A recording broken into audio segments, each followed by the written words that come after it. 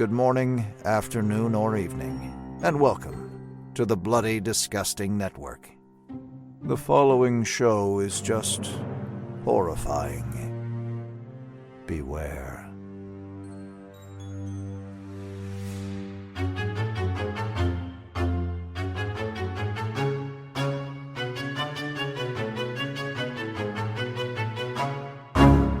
You're obsessed with her, and you're obsessed with her daughter! All right, easy, Geraldo.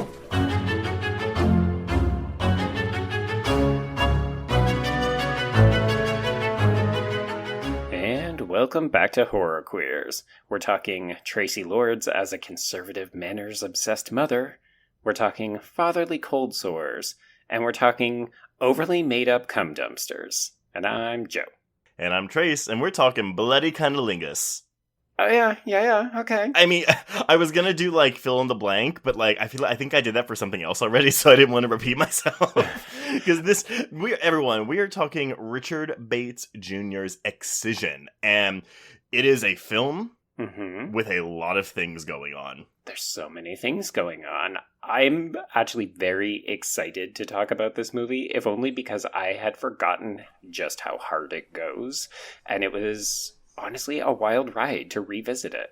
I agree, and lest anyone thinks that me saying there's a lot going on means it's a bad thing. No. I fucking love this movie. Mm-hmm.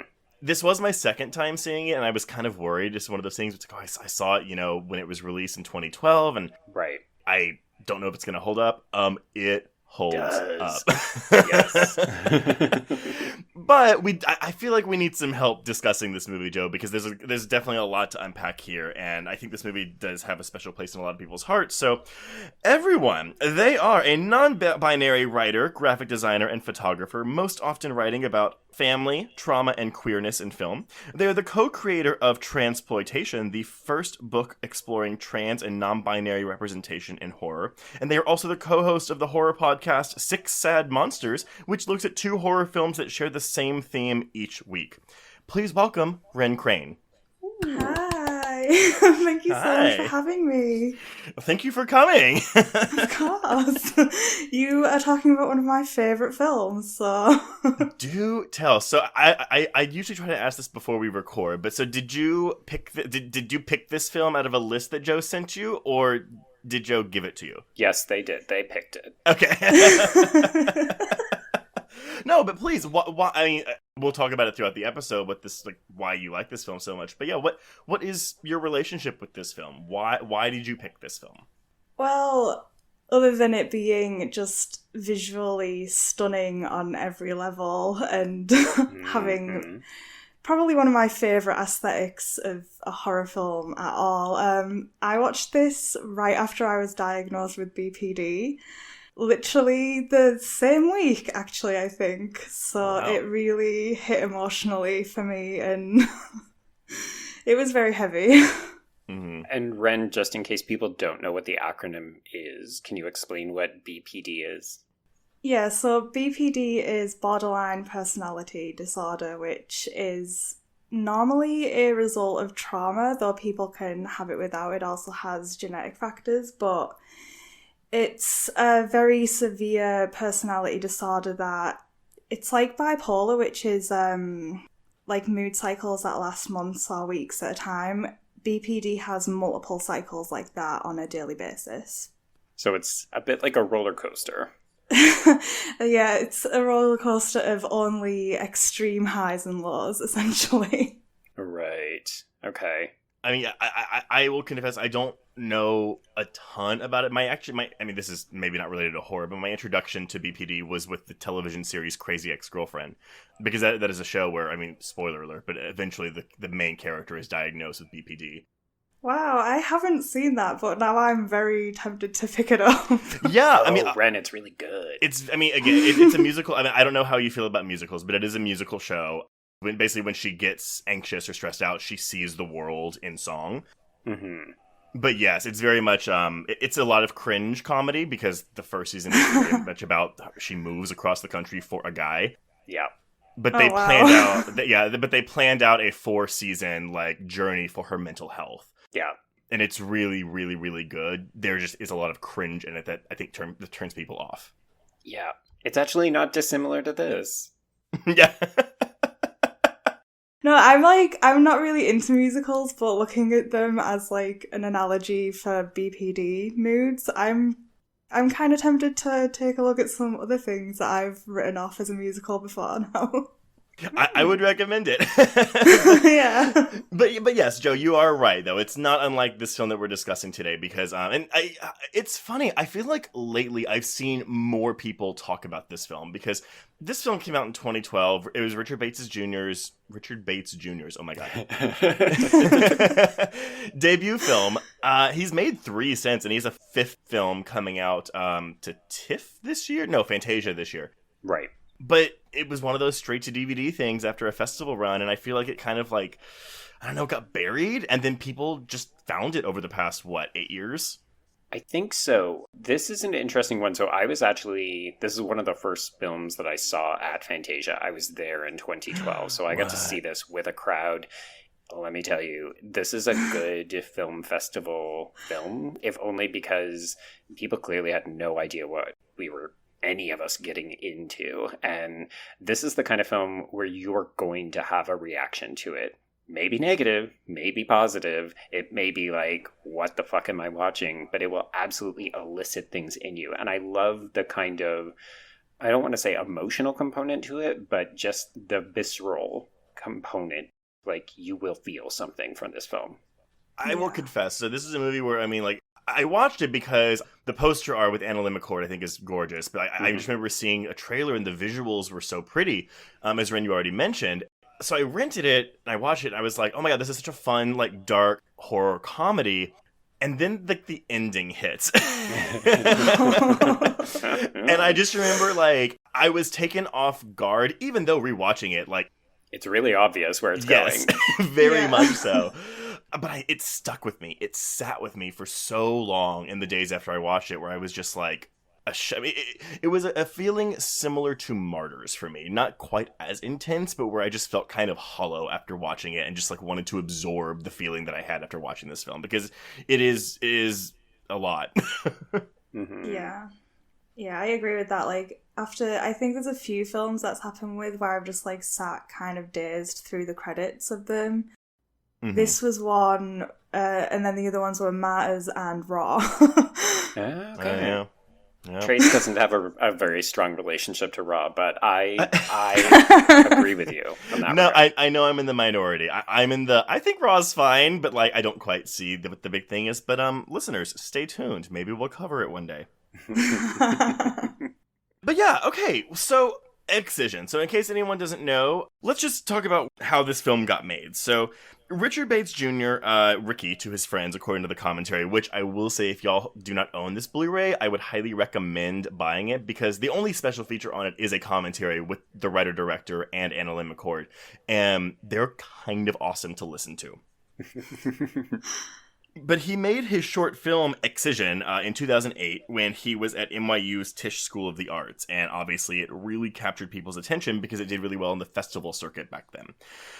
That being said, it still took him about 5 years to get this feature film made. He moved to LA, he was trying to shop it around, and basically everyone he talked to was like, no. This is not material that's appropriate for anything. No one will go see this. It will not make any money. You cannot make this movie. And they just thought it was too twisted. So after finally securing financing, which came in the form of a producer of his, so he immediately began looking for his Pauline. He did not want to cast AnnaLynne McCord because she was too pretty. He was worried, and I quote, that it was going to be a she's all that situation. Which is funny because I've seen people read the opening part up to when she loses her virginity to Adam being like, oh, it's kind of a she's all that, like, satire. And I'm like, okay, I guess kind of, yes. I mean, I feel we're even talking about AnnaLynne McCord's looks. She is a gorgeous woman, and they really, I don't even want to use the phrase uglied her down for this, but they just made her look so normal, I guess is how I'm going to put it. Because to me, AnnaLynne McCord is like supermodel pretty, but... She is. I mean, she was on a CW show as, like, the hot one. Yeah. I mean, wasn't she the lead? Well, that's saying something for the CW show. It was the 90210 reboot, which admittedly I didn't watch, but I was introduced to her on Nip Tuck, where she was horrendous. I mean, sorry, she was good in it, but her character was horrendous. Yes, Yeah, that's right. I've seen Nip Tuck, but I've never seen 90210, but so I know that she definitely didn't always look like she does in this. No. Right. But she fought for this role. She really, really wanted it. And so when she came to audition, she actually, like, I mean, again, I'm going to use the phrase uglied herself down and came into the audition in character, which convinced Bates to cast her. Similarly, I mean, again, the cast of this movie, which we'll talk about, is bizarre, and there's a lot of really great ironic casting choices with people like Traci Lords and John Waters. Mm-hmm. But the one cast member that I also think kind of stands out is Ariel Winters, who at this time would have been, 4 or 5 seasons into Modern Family? Her team did not want her in this movie. She did, and her mother wanted her in this film, but none of her reps wanted her because she was on the biggest sitcom on TV at the time. Right. But they fought for it, and she got it. So, yay. They filmed this movie in Los Angeles. It was kind of hectic. It lasted for 28 days, but they lost financing several times during shooting. They also lost days that they were supposed to be filming because a producer forgot to secure a permit. So I guess they were originally going to have like 40 days, and it went down to 28. Oh my god. Wow. The production designer quit a week into filming, and also half of the crew of this film were made up of freshmen in film school who were working for free. Oh, wow. Not sure that's above board, but good for them. I mean, I would have wanted to work on this film even if it was for free. So. But that's the thing, right? Like, you hear that and it's like, oh my god, like, that sounds like a mess. Nothing good can come out of that. And then you get this film that not only is good, but also is very well made, well shot, well designed. Mm-hmm. Like, I mean, it's so good. Yeah, that feels like a passion project more than anything if they're all just willing to work on it like that for free. I agree with that. And I think for Bates specifically, it really was. I mean, he has talked, and we'll talk about this too, but he's talked about how Pauline is very much him.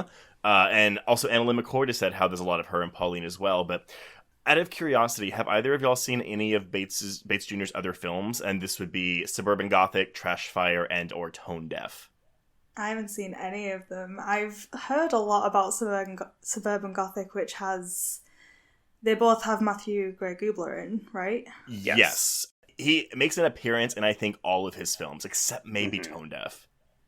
Right. Yeah. I have seen Trash Fire, and I like it quite a bit. Not quite as much as Excision, but if you like this film, I would definitely say go seek that one out. I would say the same thing. So here, I have like it's not a love-hate, but more of a love/frustration thing with Bates Jr. Because I love Excision and I really like Trash Fire. Both are films that I mean, again, like even trying to categorize them into a genre or multiple genres is like a fool's errand. But I'll call them like dark horror films with maybe a comedic edge to them, like a darkly comedic bent. He tends to work in horror comedy a lot, and Suburban Gothic, which is Kat Dennings and Matthew Gray Gubler, Suburban Gothic and Tone Deaf are very much horror comedies that lean into the comedy, whereas Trash Fire and Excision, I think, are horror comedies that lean into the horror. Mm-hmm. He's really good when he does that.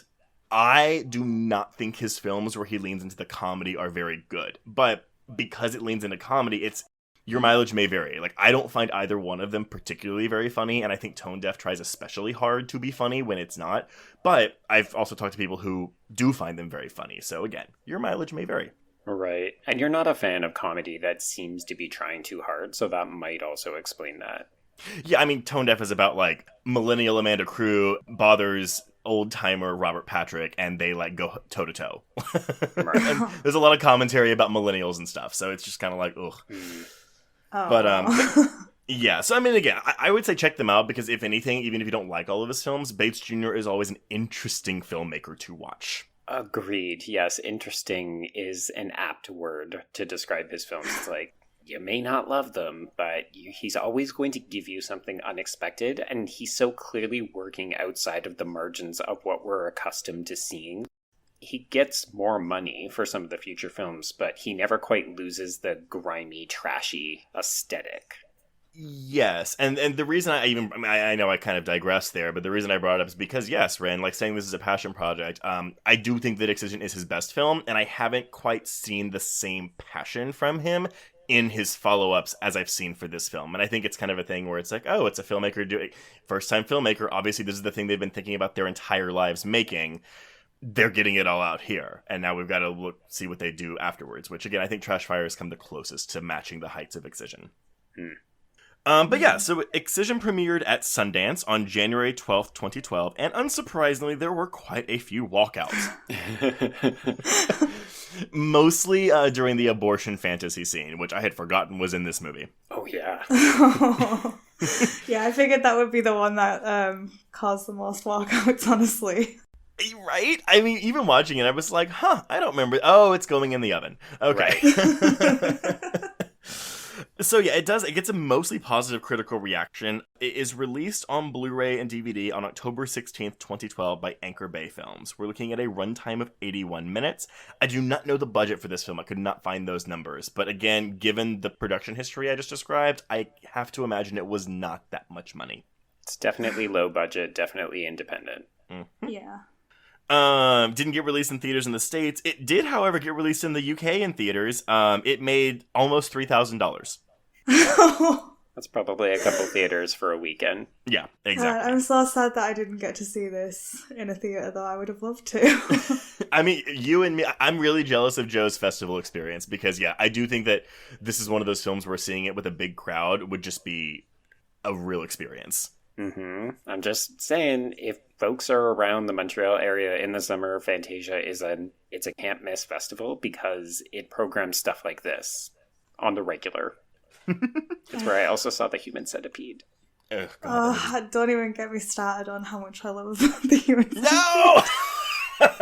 See? Polarizing reactions, folks. No, I don't even, my issue with The Human Centipede is I don't think it goes hard enough. I think it's very boring and it doesn't deliver on the promise. But then, I get the second one, which I think does deliver on the promise. And I wouldn't say I like it, but I admire it in a certain way for its audacity. At least it goes there, right?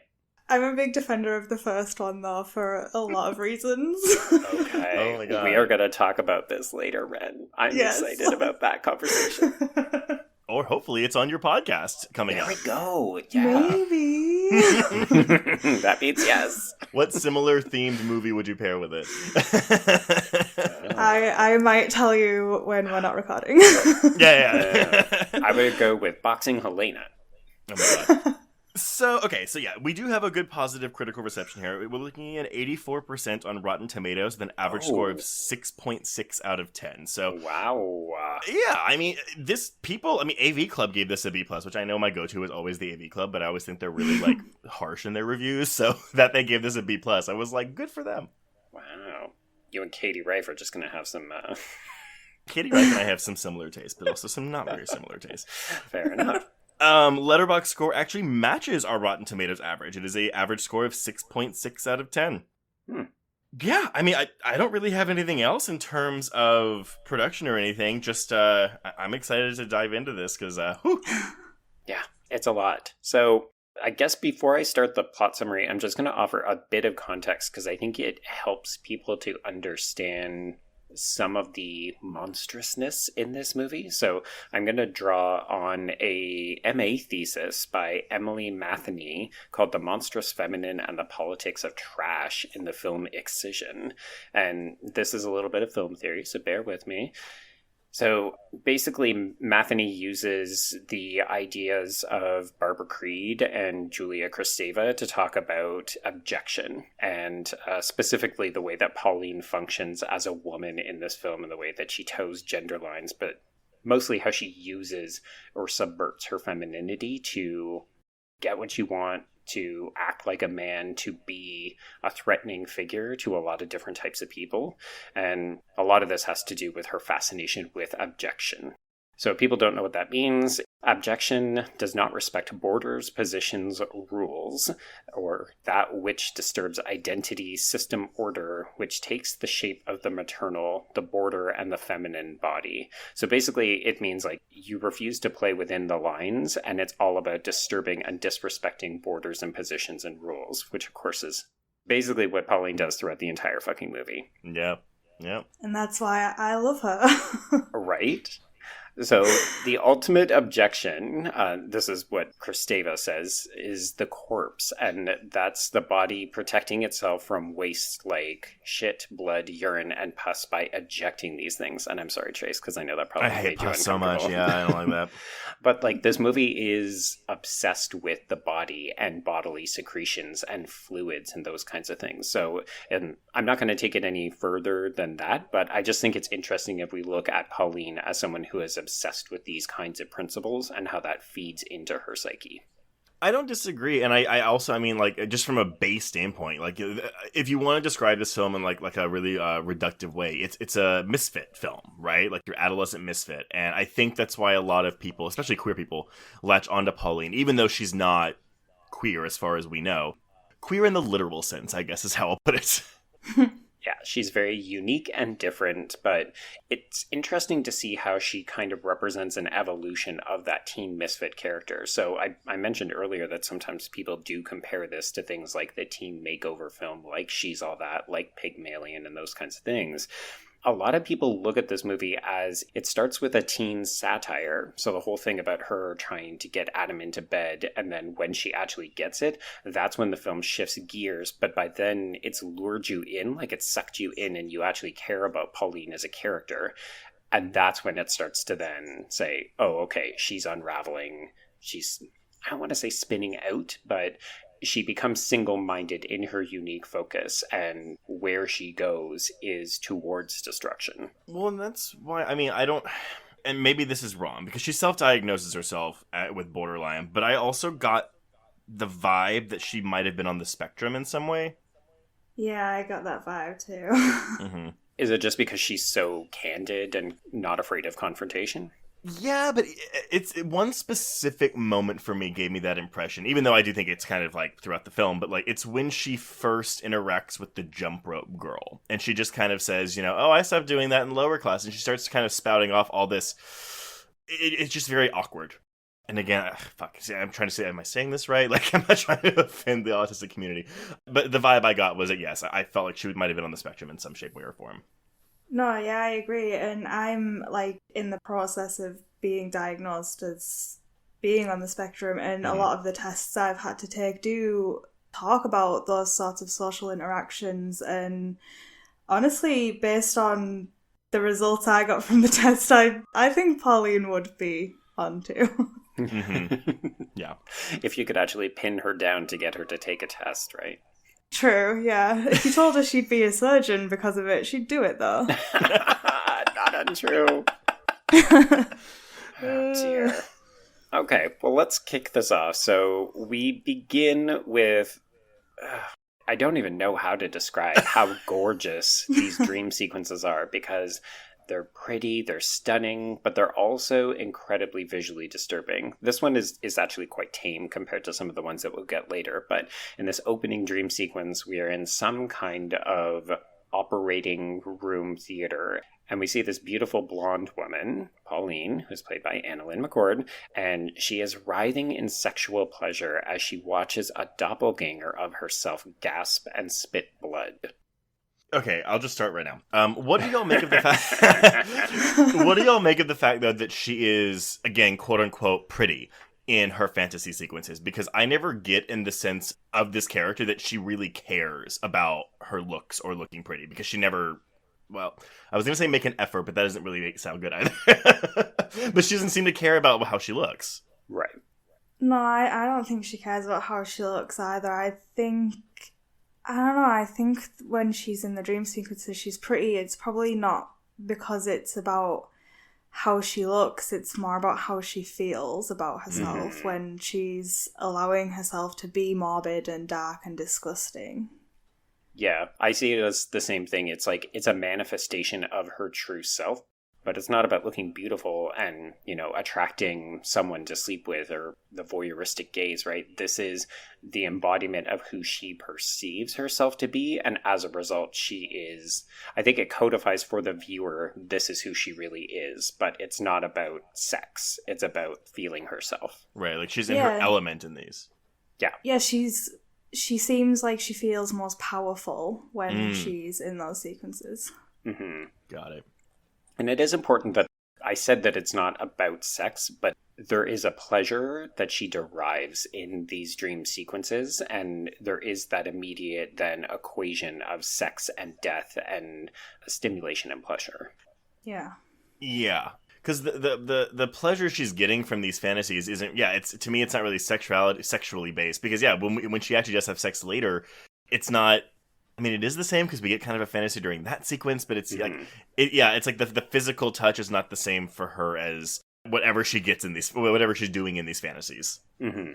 The film is so visually driven, especially in these dream sequences, that it's hard to talk about it just with words because I just don't know that we're doing it justice in some ways. Yeah. I did want to point out, I should have said this earlier though, but listeners, if you want to see the short film that this film is based on, it is on YouTube. It's about 18 minutes long. It's actually a really good example of how to expand a short story into a film. Sorry, the short story. The short is basically like a bunch of scenes from this movie that but it's focused on the Grace scenario, and it does end the same way that this film does. So this does a really good job of expanding the character of Pauline further. Like the stuff with at school is in the feature film, but not the short. Okay, so we then have her wake up. So Pauline in real life has acne. She's got mousy brown hair. She's got bad posture, and she is incredibly candid and has no filter. Which I love. I love her. I mean, she's speaking exactly what's on her mind, no matter what, and really doesn't care what people think. Well, to an extent. Sort of, We'll get this mother scene, like the mother stuff, which again I think is a really good nuanced portrayal as well. But Yeah, but at school, no, Pauline doesn't give a fuck. And I think, again, this is where the queer relationship comes in with this film. It's not dissimilar to the kind of misfit status that we explored when we talked about May, where there's something to be said about the outsider or the misfit experience, and there's something so relatable about the way that she doesn't give a fuck, but also that she's willing to clap back at people. Like, she won't suffer fools, she will stand up for herself, and I think as queer people, that's something that we often wish that we could do, particularly in high school. Yeah, definitely. And I like the comparison of it to May because both of them essentially are about a fear of abandonment, but I don't know, I like Pauline because May has this desperation about her that makes people really uncomfortable, but Pauline has this she kind of has just so much disdain for everyone else. It's deeply relatable to me. Well, she's also self-reliant though, and I think there's a catharsis in a lot of Pauline as a viewer watching her. She's saying these things to people, and especially when she claps back to the school bitch later. Yes. There's a catharsis there that we don't get in May. I still understand May on a deep level, but it's also frustrating to watch because it's like, oh my god, just stand up for yourself. Whereas Pauline does do that, and that's this. I mean, again, that's the fantasy I had when I was being bullied. I wish I could have done and said some of the things that Pauline does and says in this film. Mm-hmm. Oh, for sure. There's a bit in it that I straight up thought was a dream sequence until after the scene, because I was like, oh yeah, because everyone has those fantasies of being like that when you're getting bullied in school, and I was like, oh, that wasn't. She straight up did that. Are we talking about when she beats that bitch up? Yeah, it was a real good for her moment. Oh my god, enter Excision into the Hall of Good for Her films. I love it. Yes. Okay, so we get a bunch of short scenes. This film is actually constructed of relatively short scenes as opposed to kind of drawn out interactions, specifically early on. So we get a quick introduction to Pauline's family dynamic. She has a younger sister, Grace, played by Ariel Winter, and she suffers from cystic fibrosis. She has a father, Bob, played by Roger Bart, who is a complete pushover. And then she has a mother, Phyllis, who is played by Traci Lords, and she is a controlling, God-loving woman who just loves her some gender norms. Traci Lords is fantastic in this movie. She fucking rocks this movie. She's amazing. And it's that against, I mean, I say against hype. And Bates mentions this in the commentary where he's like, people don't give Traci Lords the time of day because they think, oh, because she did porn, she's not a real actress. And he's like, well, watch this fucking movie, and I defy you to tell me she's not an actress. Oh, it's the same way that we disparage sex workers and make women feel ashamed about wanting to enjoy sex in any regard. It's like, oh, she did porn, therefore she must what? Not be a person with talent or like a human being? It's garbage. Porn takes effort too to make. Also, like, right? You gotta have talent to do porn. That it's not something unskilled people can really I think do. the people that condemn porn, I mean, I don't want to see them do porn, but I like to see them try. Oh my god. I was gonna say, oh, I guess those are like the real life Phyllis. Yeah. Just so they can like get, it's like in the film Cam when you see all the hard work that goes into cam work, and I'm just like, yeah, that takes real dedication and effort to do. You can't just, you know, it is fucking work. Yes, it is a job. I was like, yeah, they're jobs. Like they may provide entertainment for people, but they are still jobs. Yes, exactly. Yep. I do also want to mention, just to digress a tiny bit, I actually do think that Ariel Winter's casting, maybe not even just her casting, but the role itself of Grace is so integral to this, because again, this is such a kind of, I'm going to say, kooky kind of film, that Grace is this like bright shining light of, again, I'm hesitant to use the word normalcy here, but it's like, she almost feels like she's in a different movie. And I think it grounds the film and Pauline specifically in a way that I don't think would have been successful if we didn't have this character. Yeah, absolutely. I think one of the things, and I'd be interested to hear from any listeners who have disabilities or from anyone who is living with cystic fibrosis, I would love not to know whether this is an accurate portrayal, but whether they feel positive about the way this character is portrayed. Because one of the things I like about Grace is that she isn't sick. Like, her sickness is one part of her, but she also has a great relationship with Pauline. She wants to kiss boys. You know, she has friends. And I love that she is more well-rounded than just, oh, she's the sick younger sister who becomes the end game for this movie. Yeah, she's so much more than that archetype of that sidekick sort of thing. She's got a real personality, which I liked too. Mm-hmm. And she's juxtaposed. I mean, again, you have this quote-unquote sick girl, this character who is juxtaposed against Pauline, who is the one that her mom is, considers unlovable. Yeah. Yeah, there's two different perspectives on what sick looks like in this movie, and Phyllis has her priorities. Yeah. Yeah. I will not say that my mother was as bad as Phyllis, but I definitely there's times watching Phyllis where I'm like, the kind of like, I don't know, like verbal assault techniques that she does, I was like, oof, that rings very familiar to me. See, that's the part I didn't really relate to a lot, because my mum is very strong, but she's not very strict or anything like that. She's very encouraging. So I kind of saw Phyllis as like so many other people that I've interacted with in my life, like teachers or just adults that I came across as a teenager that had those same kind of expectations, and you'll fit into this box that I need you to be in sort of people.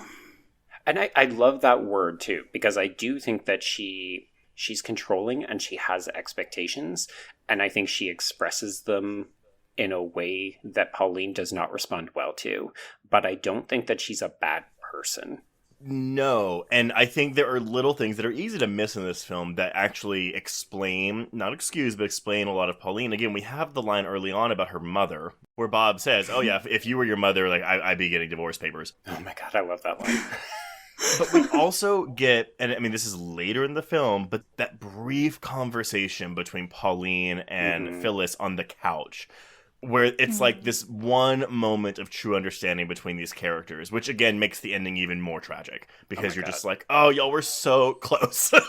I almost want to fast forward to the end, because I forgot how it ends. Like, I remember the surgery, but I forgot the ending, and I gasped at how powerful it is. It's so fucking ending. Good. Oh, we'll have plenty to say about it. Yeah. Okay. So I'm getting us back on track. So, so we also meet other adults in Pauline's life. We have, as we mentioned, Matthew Gray Goobler. He is a Bates junior regular, and he doesn't do a ton in this movie, but it's always fun to see him. We've got Malcolm McDowell as her math teacher. We've got John Waters as Reverend William, and then we have Marlene Matlin in a brief role as a school administrator who fucking hates Phyllis. Okay, the casting of Marlene Matlin is great, but I also love that she gets that line.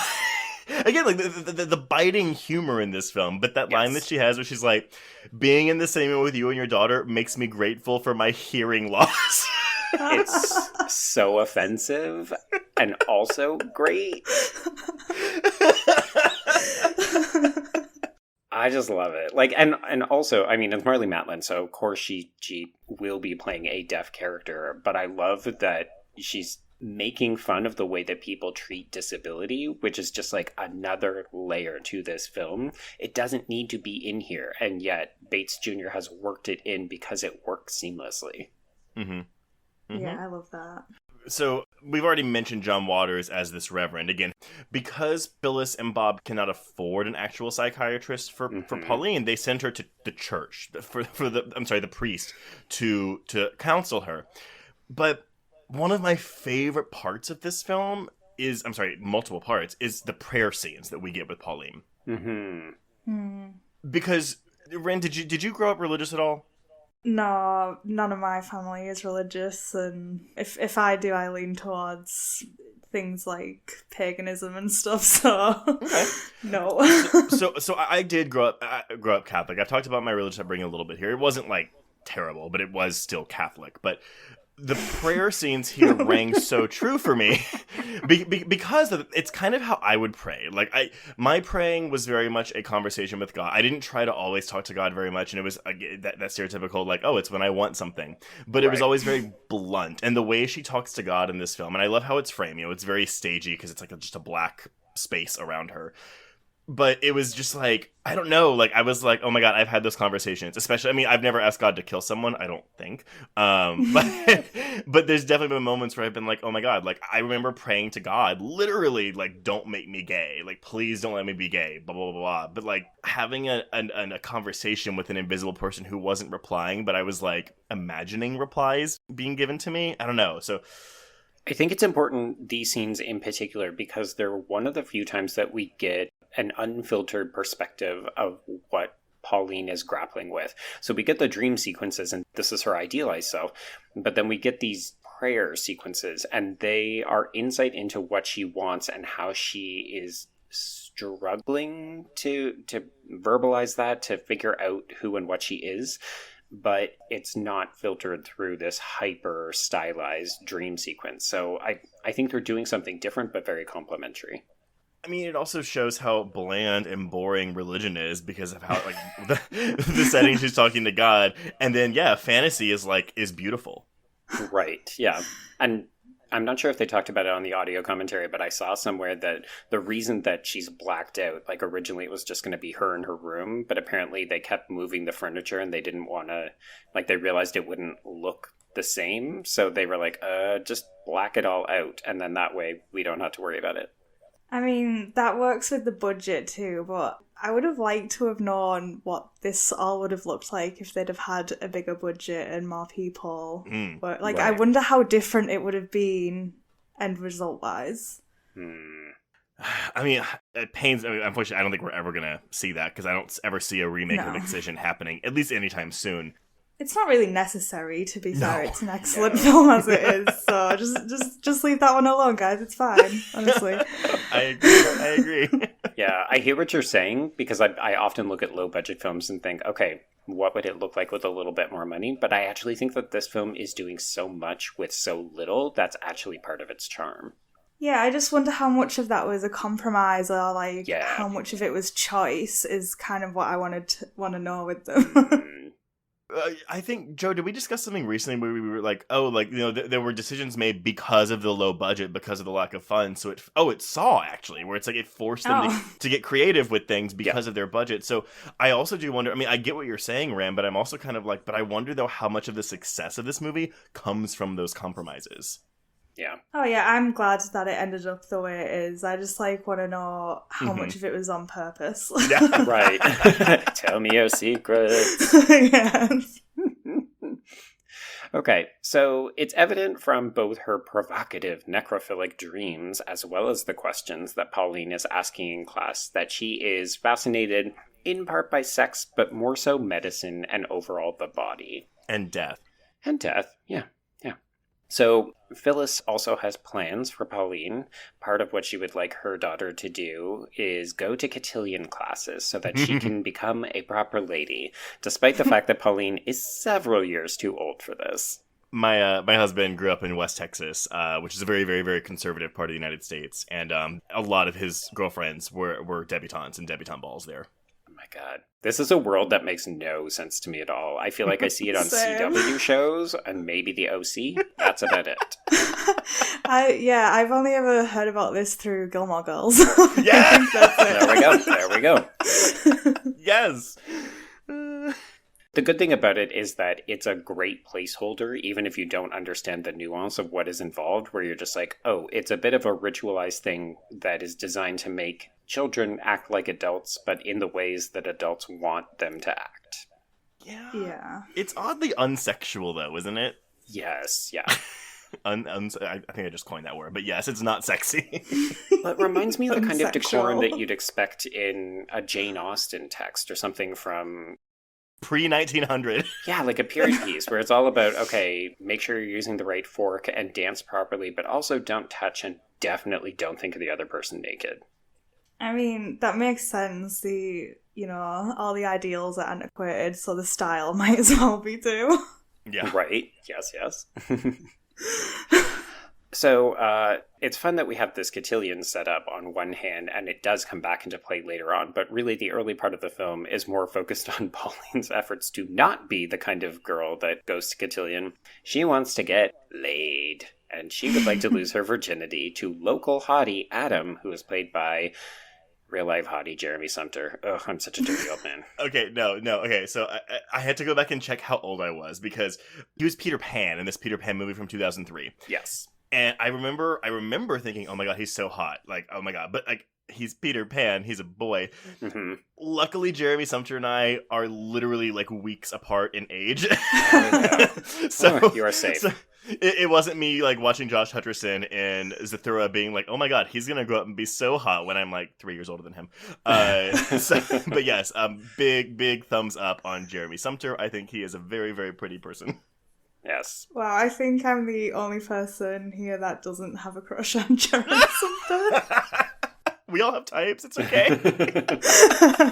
Look, Red, we have identified that you like Pauline, and that is okay. It's very true. Why do you think she singles out Adam, though? Like, I mean, do you think it's just because he is the most popular? Does she actually find him? I don't ever, for once, feel like she doesn't have feelings for him. It's just, I don't know, you'll do type situation. I think she knows he's easy because he's so dumb that he will just say yes, even though he, quote unquote, like, finds her repulsive. She knows that all she has to do is be forward with him and he'll respond. I mean, so she gets with him right after she hears his girlfriend talking about him not being able to get it up and stuff, right, on the bleachers. Yeah. And I think, like, the way they talk about him, I think Pauline probably just thinks he will be easy to control, and she'll be the one in that situation who has all the power. Which she is. She really does. Yes, and the girl in question is Natalie, played by Molly McCook. And I do love that there's this mean girl setup where you think, oh, the movie's going to be about Pauline having to fend off Natalie being a bitch to her. And Natalie is, I mean, she's in here, but she's not a character. None of these teens are characters, really. I mean, so I don't like the character of Natalie, but, like, for the purposes she serves in the film, I like. But yeah, like, the film ditches her after a certain point because, again, this is a Pauline, Grace, Phyllis story. Yes, and sorry, that's what I meant. I realize it probably didn't sound like that, but I just meant it's not their story, so they don't matter in the same way. Like, they come in, they do what's needed of them, and then we go back to who matters, which is Pauline, Grace, and Phyllis. Yeah. I do like how direct and forward Pauline is when she propositions Adam, and how but just taken aback by it. But that's the thing, though, and I mean, like, again, I think there's something, I mean, at least from me, where I'm like, I tend to speak my mind a lot. I tend to have my foot in my mouth a lot. Yes, you're regularly asking people to take your virginity. We've established this. No, but there's something like freeing and like powerful about watching this woman just be like, yeah, let's fuck. Oh my god, it's amazing. It's fantastic. But it also like isn't the societal norm. No. At least I'm sorry, not for a woman to demand sex, that's not what I mean. But like this method of delivery, this method of like, hey, let's do it. Like again, credit to McCord's performance too for the vocal inflection she gives Pauline. Mm-hmm. Yeah. Yep. I totally agree though. I mean, one of the things I love about this film is that it's a woman unapologetically liking sex and wanting sex, and she does not care what anyone around her thinks about the fact that she feels that way. And I mean, to the point where she's so blunt that she decides and tells people, I'm going to have sex on my period the first time I do it. And the sole reason for that, though, was just for birth control reasons, right? Kind of? I don't know. I think so, but I think it also does play into that idea of abjection, where she's fascinated, you know, she very deliberately makes Adam go down on her, I think anticipating what his reaction will be, but also because I think she wants to see her menses on his face. I think that could definitely be true. I also know that a lot of people believe it feels better when they are menstruating, so that it could have been about how much pleasure she was going to get from the situation. Okay. And she would have known that because, of course, she's all up in them books doing her research. Yeah, she's obsessed with the body, so she would know. I will also say that the bloody cunnilingus scene is taken directly from Richard Bates Jr.'s life. His first sexual encounter, he went down on a woman who was on her period, and he had a distinct memory of looking at his bloody face in the mirror. Wow. Yeah, I bet that's memorable. Right? Yeah, okay. This is evocative and striking. I'm going to make sure to put this in my first feature. But again, though, I mean, and I'll just toss this grenade in here now. We have a male, a presumably straight male director, making this movie, imbuing him into the main character who is a woman. Right. Which I think is also fascinating. Yeah, I feel like I've had so many conversations about who shouldn't be speaking for which groups. And I think we're at a very interesting time politically, socioculturally, about how do we negotiate things where people are creating art about people other than themselves. And I think it's partially because it so often goes badly, and we're so hungry for representation that we want people who are typically marginalized or shoved off to the side to have the opportunity to make good art. But, you know, I would also hold up something like this that reflects the fact that it doesn't always have to be the bad situation that we're so accustomed to seeing. Like, you can have a man who can write women well. Or I think also what you talked about earlier, Trace, is that there's parts of AnnaLynne McCord in here. So that tells me that maybe what we're also seeing is a really good collaborative effort at art between a man and a woman so that we get the characters right. Mm-hmm.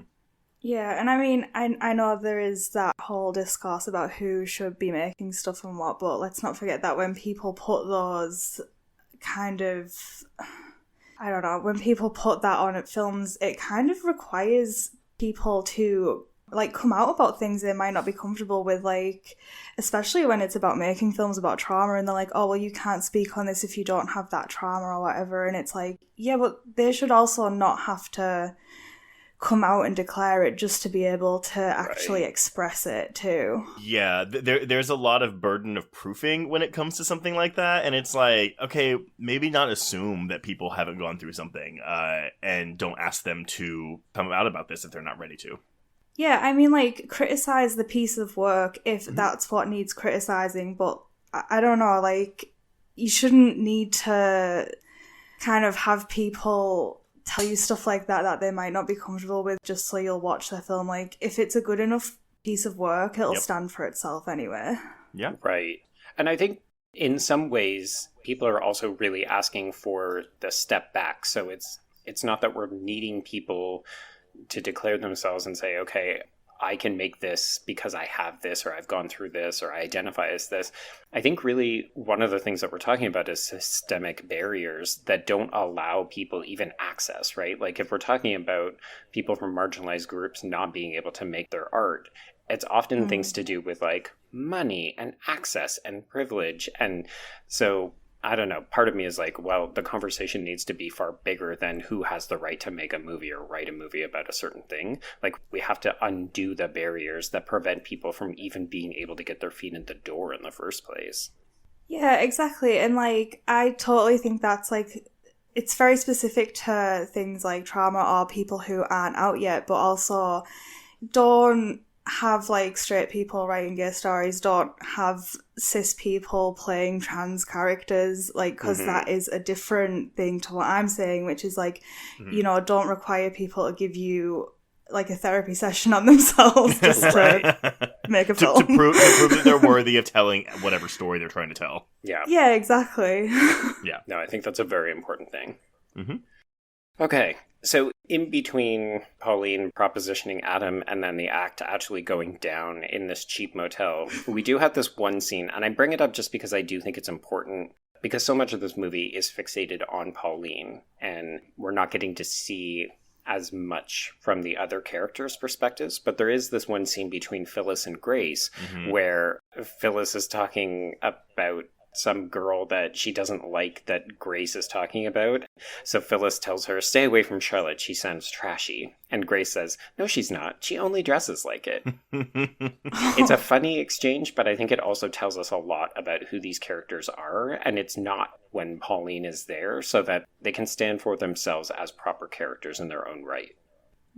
But we also get this like important scenes between Pauline and Grace. Like, we get the scene where she's drawing chalk around her and tells her, I'm going to lose my virginity, which it's like, oh, they have this kind of relationship. Yes. It's very sweet.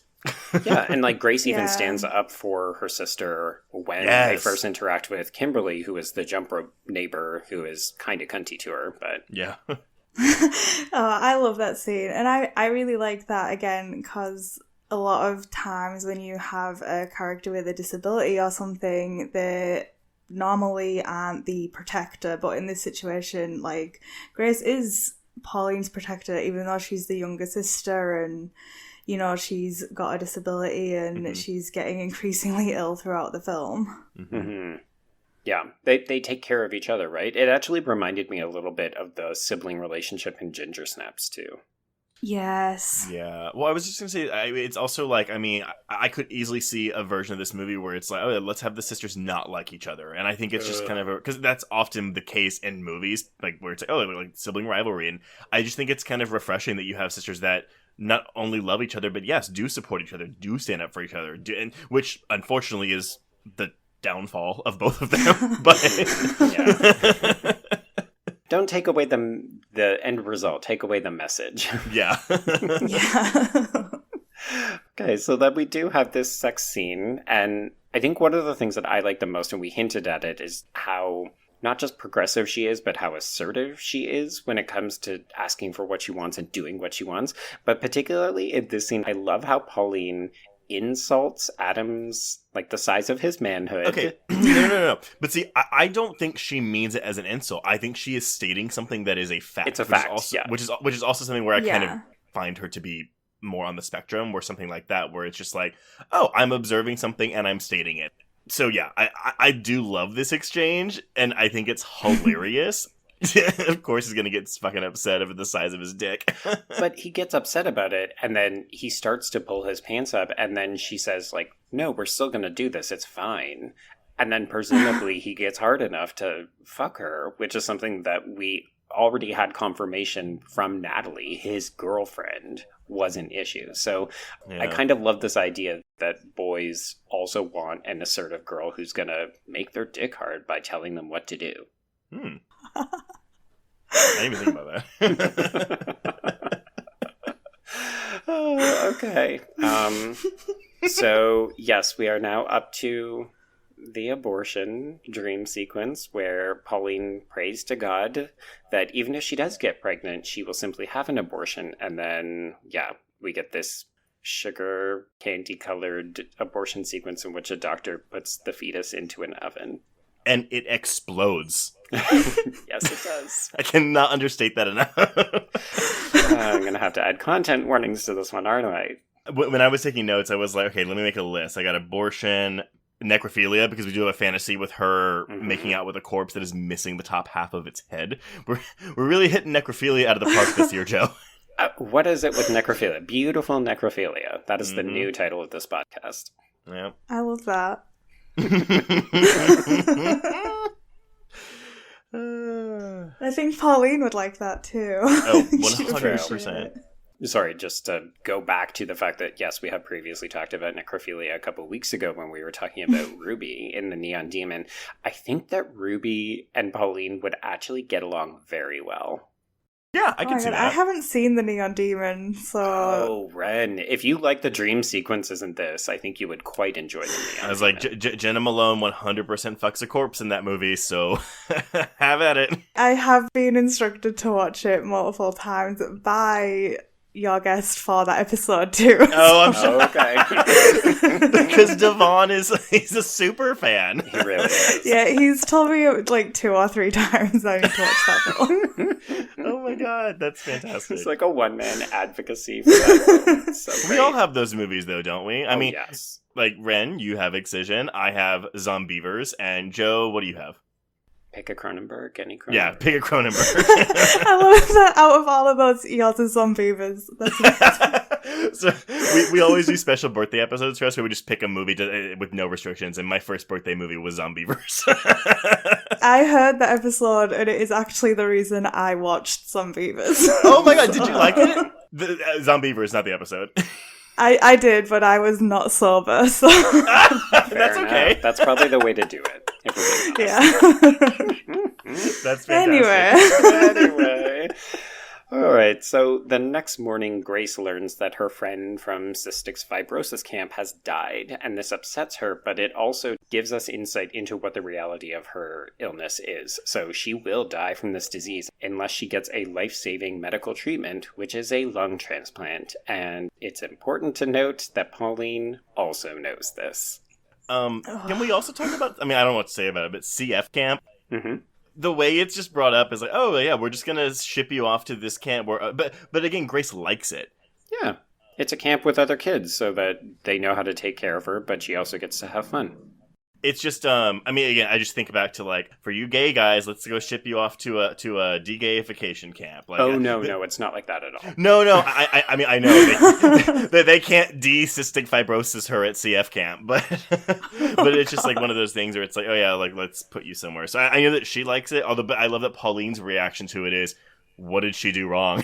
Like, why are you punishing her with this? No, I definitely get what you're saying though, because it's kind of a way for like the parents to kind of ship her away for a bit, which, you know, but I think it's probably also one of the places that has, you know, accessibility for her, because most places aren't accessible to disabled people, so I can imagine it's nice to go somewhere for once where that's actually taken into consideration. Right. Mm-hmm. Yeah, and like Grace would be among like-minded people, so she would have a sense of community, but she also wouldn't have to deal with people looking at her and pitying her or misunderstanding how to accommodate her and those kinds of things. Like that's the benefit of going to these kinds of things. And there are, you know, queer versions of this nowadays, because I was literally gonna just say. read a book about it. Oh my god, are there really? But like the good kind. Yeah. I just thought, like, you know, it's like the way we go to places where we are with queer community. It's the same sort of attitude of, oh, it's nice to just be around our people for once. Yeah. You know, I think that's just the age gap there. You know, I think I just missed. Sure. I missed that. Yeah, it was not a thing, but also, like, our parents would not have sent us to something like that because they would not have been open to it. No. Yeah, I mean, I've never heard of places like that, but clubs and stuff, or Right, yeah. bars, or like anywhere where basically outcasts would go. Like, yeah, I get that. It's nice. That's what it was for me anyway. Like, Yeah. because we didn't have camps specifically designated for it. Mm-hmm. Any youthful listeners here? Any young listeners here? Dear youths, hello, fellow teens. Please educate me. No, but I mean, I'm curious. You know, it's like, I mean, I can Google it. Whatever, it's fine. Don't tell me. No, it's fine. Everyone, please tweet at Grandpa Trace. Let him know what the youth camp is like for queer people. Yeah, did anyone else think of the 30 Rock moment with Steve Buscemi where it's like, hello, fellow youths? Yes. I mean, again, like, if you tell me, like, a queer youth camp, my mind goes somewhere negative. Oh my god, so dark. I'm happy that's not the case. Yes, indeed. So, at school, Pauline cleverly manages to find a way to tell head bitch Natalie that she has slept with Adam. And then she also tells Reverend William that she will no longer need his services. So she is beginning to cut ties now that she has achieved what she is looking for. Bye-bye, John Waters. You filmed your scenes in one day, but God love you. Mm-hmm. It's interesting, right? Because we mentioned Traci Lords being against typecasting. This feels actually very much in John Waters' camp, where he would, of course, show up to play somebody that he, in real life, would completely disagree with. But I wonder, do you think it was just the novelty of casting him as a priest, or was it, hey, can we get John Waters in this? It'll help us to sell this movie. Traci Lords actually suggested him for the role because he's the one that cast her in films. Like, he put her in Crybaby, and I think she was in 2 or 3 of his other films. Sorry, I've been doing a John Waters watch this past year. But no, she told Bates to, like, hey, let's do it. And then she arranged the meeting for them. Oh, yeah. Okay. That's cool. Amazing. I'm so glad she did, because it was such a good choice for that role. I mean, the second he appears on screen and you're like, oh, this is what you're doing. Again, it gives you a good read on, okay, this is what the movie is, when we've got John Waters showing up to play a priest. I don't know if I mean, maybe this may not be the right term, but in my notes, I called it the metatextual irony of the casting of Traci Lords and John Waters. Because it's just like, again, if you know them, you're like, oh, well, this is literally not who they are in real life. It's so great. Yeah. I mean, that's what casting against type is, but it's savvy, right? Mm-hmm. Yeah, and what's great is, like, if you know them, then it's kind of an extra layer on the comedy of the film. But if you don't know them, they do such an amazing job as those characters anyway. You would never guess that they were typecast. Yes. Right. Like, in other films, there's different things, you know? Very true. So we're now up to the locker room sequence where Natalie and her lackey Abigail, who is played by Natalie Dreyfus, insult Pauline by comparing her to a little boy and a lesbian. Yeah. Locker room queer bullying. Mm-hmm. For someone who's not queer, again, it's, whew. But again, this is like this fantasy of mine where it's like Pauline's not even fazed by it at all. She literally tells Natalie that her vagina looks like a diseased axe wound. Oh my god.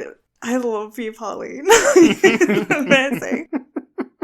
This whole scene, it was too relatable, to be quite honest, for the most part. But I love, like Trace said, like, I want to be able to have Pauline's reaction and just... I love that all the way through, because I did the same thing as a teenager where it was that sort of thing, like, you never let them see you break. Right. Like, maybe once they're gone, you'll be like, I hate everything, but, you know, you keep that stone-faced... fuck you eyes, sort of. And Pauline does it so well. Yeah, there's a wit to Pauline and her responses, and I'm just like, oh, I'm jealous of that. Like, I wish I had that when I was 17. Oh yeah, the acerbic barbs that she has at the ready at all times are just so commendable. I mean, like, I had the attitude, but I never had the... I'd have been that person where it's like, give me 20 minutes and I could think of this. Yes, come back, but absolutely. not in the moment. That was me. I'm on my way home crying, and fuck, I just thought of what I should have said. God damn it! Yep. That actually reminds me a lot of the other film, Zack and Miri Make a Porno, where he would go to say something and he'd be like, fuck, they're gone. Like... Actually, that's the movie that introduced... Because, I mean, I didn't know who Traci Lords was, and that's the movie that introduced me to Traci Lords. Me too. And then I watched Excision and I was like, she's got range. Yeah. Right, yes. I do love that movie, too. It's good. Me too. So, this is interesting, though. So, we've talked about how admirable Pauline's response is, but it does seem not to bother her, but it does kind of clue her in, because that night she's actually looking at herself in the mirror and she says to Grace that she wants to get surgery to reshape her belly button. So she is aware of how other people see her, and sometimes it affects her and other times she decides not to let it bother her. Yeah, I mean, and we'll get to the point coming up where, maybe not right away, but like, yeah, where it visibly bothers her. Right, yes.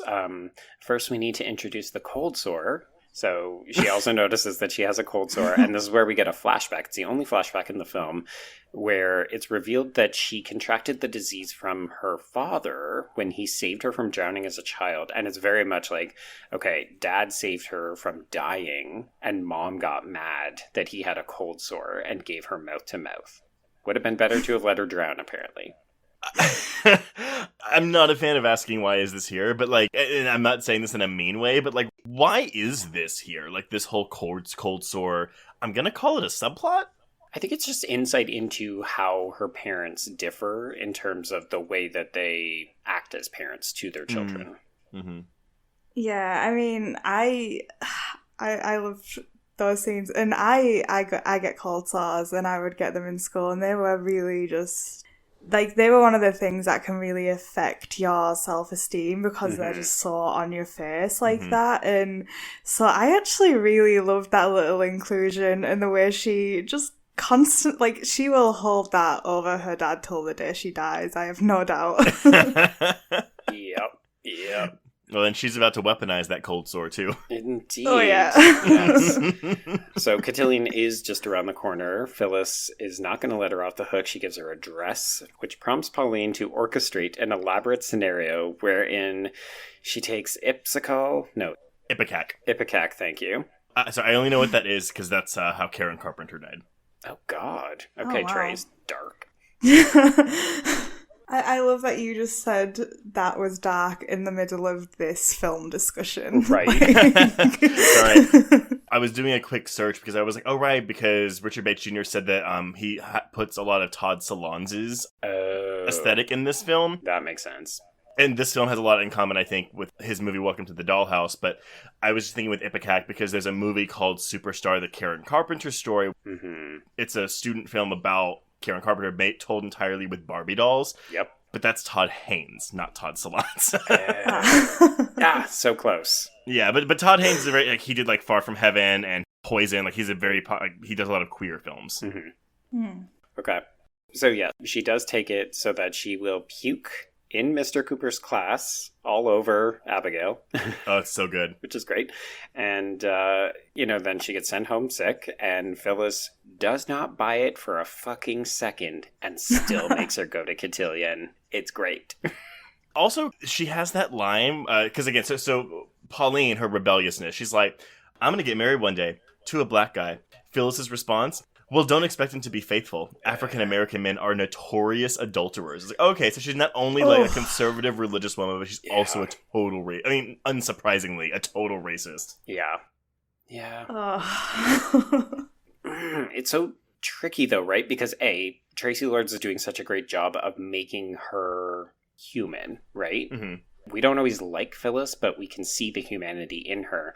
But then she also, yes, has all of these fucking backwards, antiquated notions of what boys and girls should be, of who it's appropriate to date, how it's okay to act. And you just think, Phyllis, you have become your fucking mom. And also, what the fuck, lady? You need to take a step back. Well, that's what she's afraid of. But see, I don't think she's become her mom, because based on the conversation she has with Pauline on that couch, I get the feeling that her mom... because she says something that's like, what my mother did to me, it was worse than any words could do. So I think her mother was physically abusive to her. Interesting. I always read that conversation as reflective that her mother hurt her, and now she is replicating the cycle of violence. Maybe not in the exact same way, but like she has basically parroted the way that she was raised. Is generational trauma the appropriate term for this? I know. But I guess maybe a cycle of abuse. Maybe that's a more appropriate term, yeah. Yeah. Oh my God. Yeah.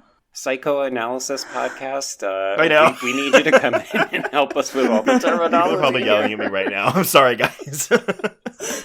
Oh, boy. So she does go to Cotillion, and she tries to make friends with a young nerdy girl who I think she sees something of herself in. This yes, is where we 100%. get the what do you think these boys see in all these overly made up cum dumpsters? Mm-hmm. Oh my god. I And love these this are like scene. 13-year-old girls. Yes.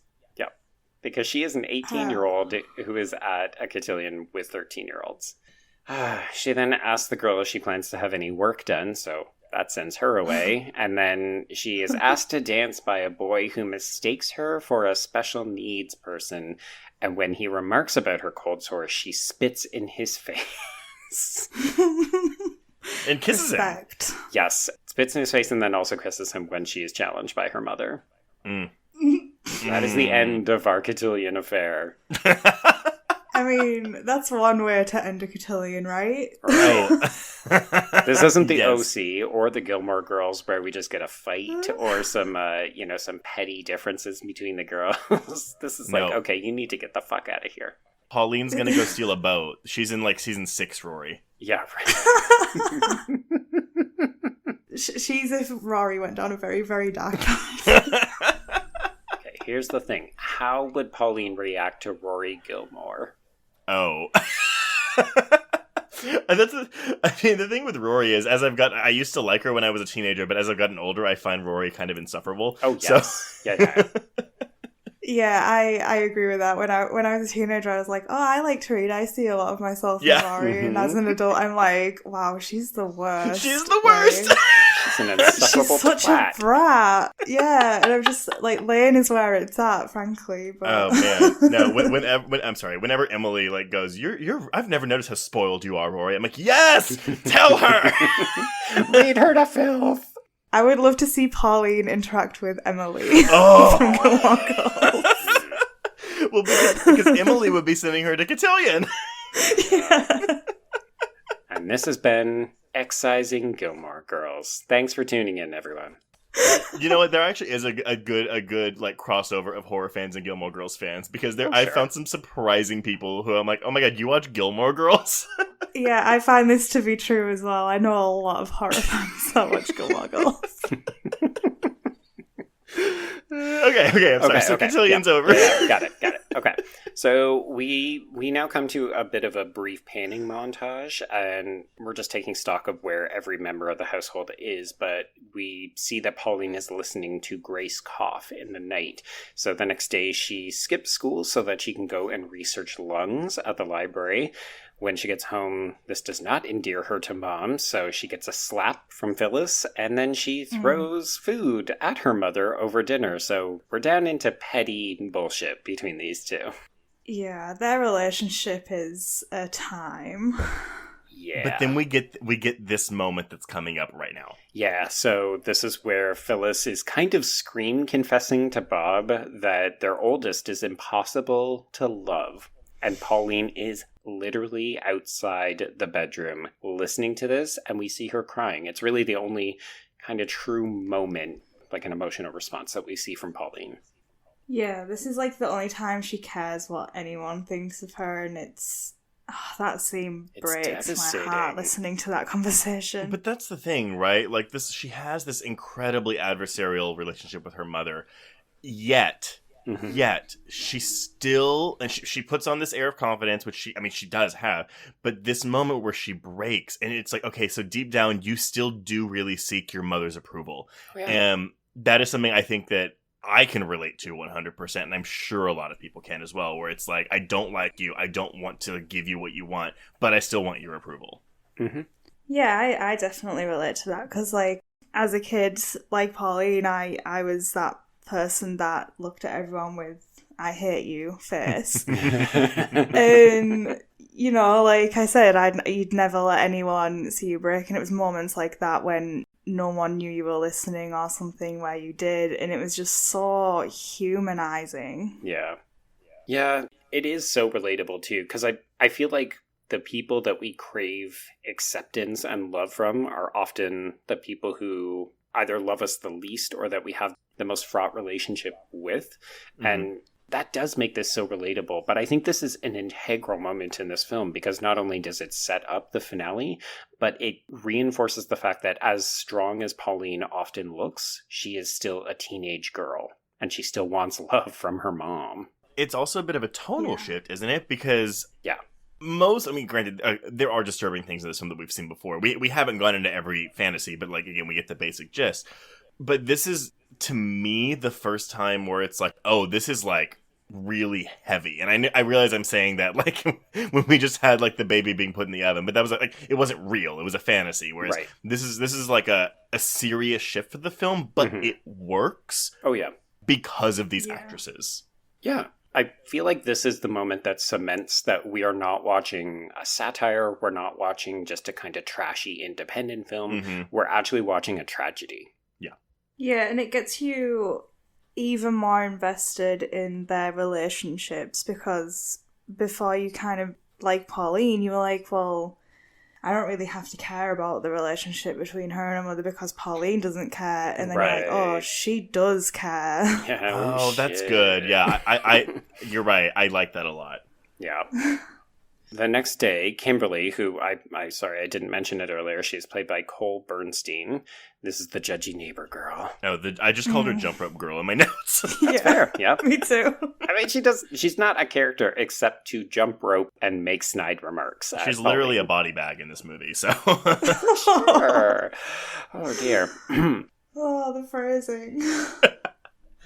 So she observes Pauline picking up a dead bird, and then at home, Pauline dissects and licks the blood before poorly disposing of the organs in the toilet. I'm sorry, girl, you're going to have to clean the toilet way better than that if you think that no one's going to notice, because there is blood everywhere. Well, she clogs it up anyway. Right, yes. Also a surprising amount of shit talk in this movie, because we have that whenever she's confronting the girls in the locker room earlier, she's like, can you make it quick? I gotta take a shit. Yeah, it's another way that Pauline, again, is like, you know, because girls aren't supposed to say that they take shits. Like, and again, she's just like, I don't care what girls are meant to do. I'm gonna talk about bodily fluids and be disgusting. Exactly. And in that sense, that's where she's saying, I refuse to adhere to gender norms that say women can't be disgusting or interested in talking about their bodies and like its processes. Like, that's what's fascinating, right? She's a girl who loves STEM. She talks about shit. Pauline is such a fascinating, diverse character in that regard. Like, her interests are so varied. Yeah, and everything about her personality seems to be like a rebellion of some sort against, like, whether it's gender norms or her mom's expectations or everything is just a rebellion for her. Yep. So in addition to dissecting this bird, she also begins experimenting with Grace's oxygen mask. So it's kind of like, oh, are you starting to put the pieces together? So the next day, this is where we get mom trying to apologize to daughter. So she does talk about her own bad relationship, and Pauline, it almost seems as though she half listens, but then decides that she can't be bothered to care. Like, she's unwilling to meet her mother even halfway, so she just walks away. And that's the frustrating thing. I mean, because, you're kind of, even as the viewer, going through this kind of emotional tug of war where you're like, oh, I want them to make amends. It's like, oh my god, but this mom is insufferable. So no, I am on Pauline's side. But then, like, when Phyllis opens up, you're like, oh my god, but like, I feel for her now a little bit, which again is surprising given how horrendous this character is. Yes. Yes. Yeah. Phyllis always seems to me like she was one of those people who I don't think she wanted to end up the way she was, and then there's times when you can kind of see that she doesn't want to be that person, but she also feels like she has to be the one to hold everyone else in line, and that's kind of what I think she thinks makes her like that person in the end. Well, and that's the thing too. She's sending her daughter to quote unquote therapy, because I don't consider priest counseling therapy. No, that's not therapy. They're not real therapists, people. But the fact of the matter is, though, that while yes, Pauline probably should go see a therapist, like Phyllis should too. Yes, Phyllis has a lot of things to work out. Clearly trauma-based that she needs to work out. Everyone should be in therapy. Yes. Everyone. Yes, absolutely. 100%. If you take away one thing from this film, It is that we all need a little bit of therapy, and some of us need a lot. That sounded facetious. I'm seconding what you're both saying. No, I get it. And not from a priest. Not from a priest. They are that's not the real licensed takeaway. I mean, again, even a general counselor is fine, but just not a priest. Yeah. Yeah, go speak to somebody who has been through an educational system. Yeah. Okay, so we then overhear, so Pauline hears Natalie and Abigail speaking outside of the house, and when the family goes outside, they see that the entire house has been defaced and toilet papered. This instigates a slow motion smackdown at the school. Wait. I have to point out, though, I love, again, the comedy comes back here, because we overhear the girls arguing about how to spell cunt properly, be it with a C or with a K. And that's funny already, but then we get the reveal that they spray painted Pauline as a cunt on the garage door, and they spelled it with a K, crossed it out, and put a C over it. I did love that their rationale was, well, if we spell it wrong, then it's just a reflection of who Pauline is, because she's so stupid she would misspell it. But they're the ones who are misspelling it. Oh my god, I love that. And that word's a bigger deal over there, I believe, than it is here. Because people say that in England all the time. Well, I've 100% had someone tweet me and been like, oh, that really took me aback when Trace said cunt. And I was like... Yeah, you need to stop saying it. And it's like, no, we're not going to do that. Unfortunately, that's just me. But no, because we had an Australian on the show once too, and he was like, oh, we say that all the time. Yeah, I'm friends with quite a few Australians, and we all just say it all the time, and then if we say it in front of an American, they're like really taken aback by it, and I'm just like... It's a very dirty word for us. Yeah, and I'm like, fine, but just don't be cunty about me saying it, honestly. I will take this time, listeners, if you do have an issue with the word cunt, please go back and listen to our Hostile Part 2 episode, where Joe goes into a deep dive of the origins of the word cunt, and why it's actually maybe okay to use sometimes for Americans. Yeah, because the way that we have decided we don't like it is misogynistic. Yep. Yeah, the etymology of that word is actually quite interesting, so I encourage the same thing. All right. So Pauline attacks the girls, mostly Natalie. She bangs her head into the locker, which gets her suspended indefinitely. I love that wasn't a dream, because I so thought it was the first time, and I was like, oh, this is a really cool dream sequence. And I was like, oh, she fucking did it. Yes, Pauline. I always think, and this is such a silly movie to compare to, but I always think about the Monster-In-Law, the Jane Fonda, Jennifer Lopez movie, because there's No, because there's so many, I love that movie, but there's so many scenes in that movie where, like, J-Lo beats the shit, she bashes Jane Fonda's head into a cake, it's like, oops, it's just her fantasy! And I'm like, no! God, I haven't seen that, but I'm now considering watching it. I do love J-Lo though, so like... It's maybe. not quote-unquote wasted good. Opportunity. I think it's really funny. I think it has a lot of really funny moments, and it also introduced me to Adam Scott, who plays the gay best friend. That introduced you to Adam Scott? That film? Wow. Okay. 2007. It's 2007. I mean, hello, Hellraiser Bloodline is right there, Trace. Oh, I hadn't seen Hellraiser Bloodline in 2007. I watched that for the first time like 4 years ago. How dare you, sir? I would just like to know how many people listening to this episode expected us to compare Excision to Gilmore Girls and the J-Lo film this much. Like... This is just Thursday for me. But you're so right. We contain multitudes. We do. Yeah. That's true.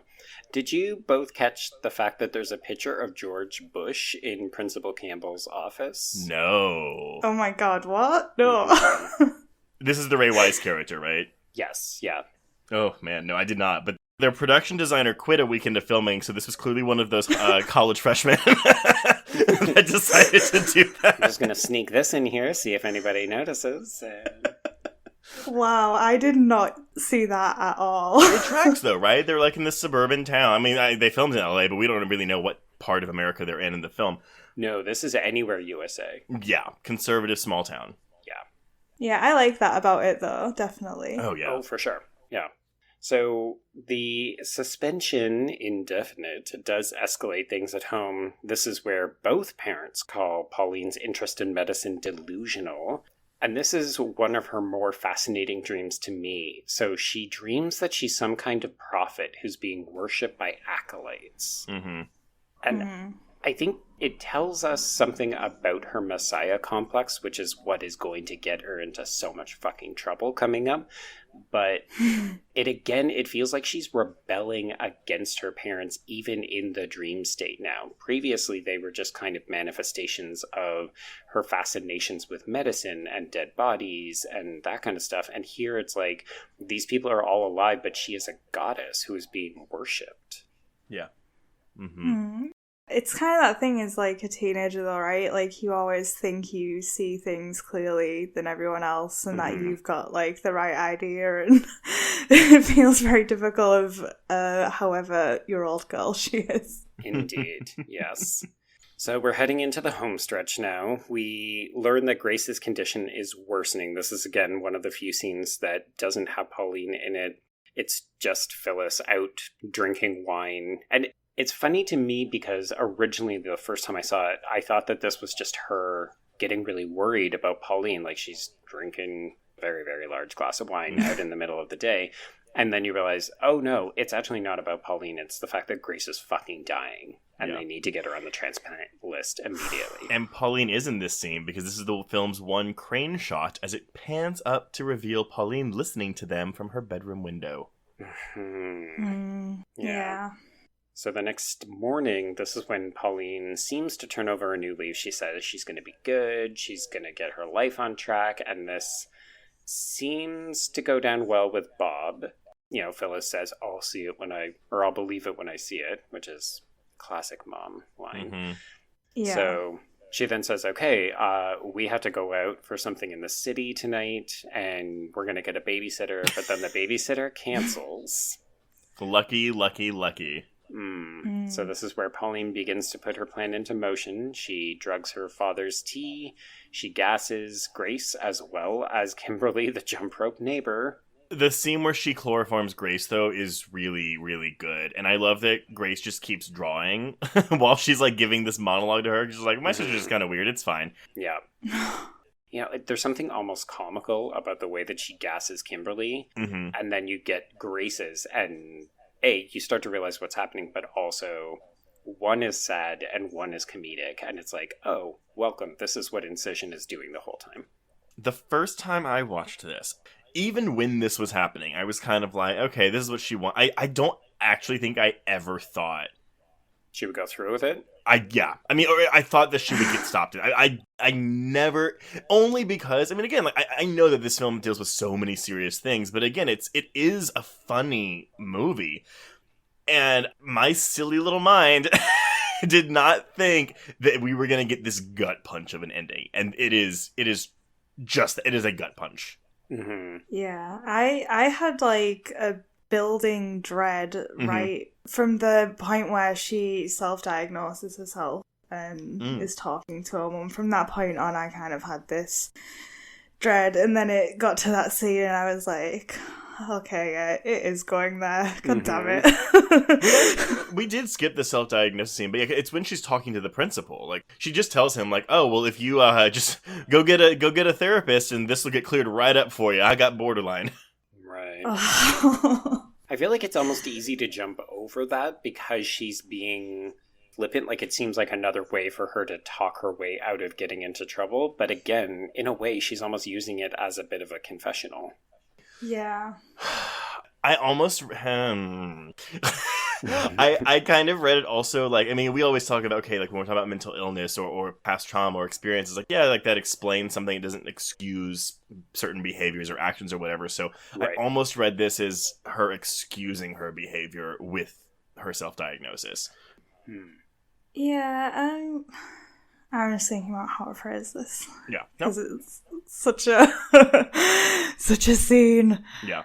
I think it's that thing because with BPD there is a level of control that you do lose, especially when you're splitting or black and white thinking, which is where you think in extremes and all of your emotions are very extreme, and then, you know, afterwards when you come back down, you can be like very rational about it, and she's rational about everything. She's so callous about everything, and I'm the same sort of way. Like, I'm very much just like, yeah, I'll just say whatever, and I'm the same way about my BPD. Like, I'm just like, yeah, I have that, but I also don't think it's an excuse. Like, you know, she can't help that she would have that, but she is still responsible for the way she reacts to situations. Right. And I also forgot to mention, she's saying this because of what these girls did to her house. Like, they sprayed Pauline as a cunt, which is never brought up. Like, she never says, but they did this. This is why I reacted this way. Yeah, she never tries to actually... I think, like, Pauline just doesn't see these people as worthy of her explanations for the most part. Like, she doesn't respect them enough to tell them anything, really. Yeah, they're just not important to her. Because she's got bigger things on her mind. Yeah, like, she'll divulge the information if she needs to, but she doesn't want to talk to them. She doesn't want to explain herself or what happened. Right. And to her, I just don't even think they're worth the effort. Right. I think that's a fair assumption. So, the next step in her plan, I don't fully understand. It's kind of the one piece of the film that I don't entirely know why she does it, but she cuts off all of her hair. This is unique to the film. In the short film, the Pauline character does not cut off her own hair before doing this procedure. Yeah. I've talked before about how I'm kind of obsessed with hair. Like, if people change their hair or if they get haircuts in films, it always means something incredibly significant. And in this case, I do think it's a bit of a, I don't want to say a dissociative break, but it is very much a symbolic visual of the fact that she has undergone something or she is changing. Oh, it's so funny because the first time I watched this, I did have long hair. Okay. And then a few weeks ago, I was going to say you shaved just off shaved your my head. hair. Oh no. Shit, what have I said? I'm so sorry, Wren.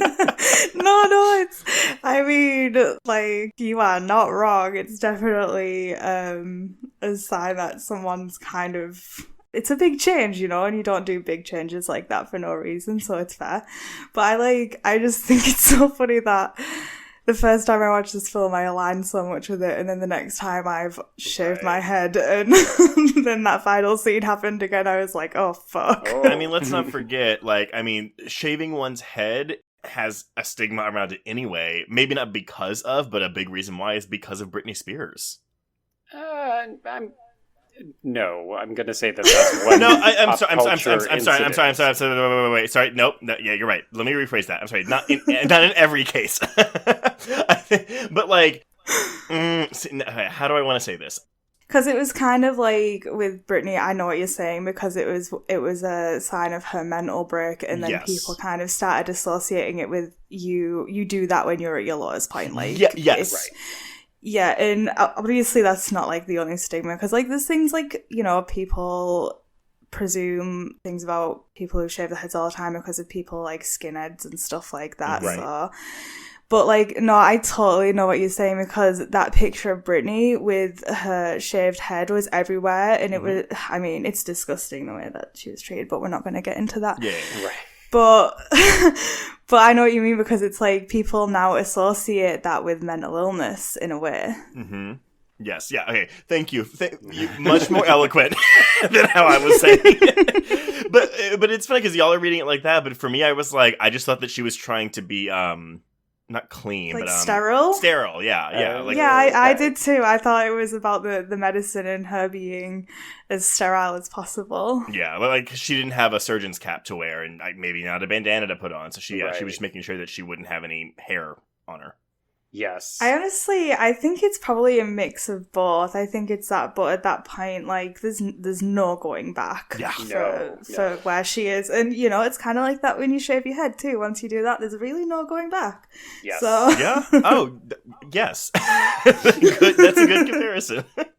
And in case people weren't aware of how dedicated AnnaLynne McCord was to this role, of course, the IMDb trivia for this is that she actually did shave her head for this.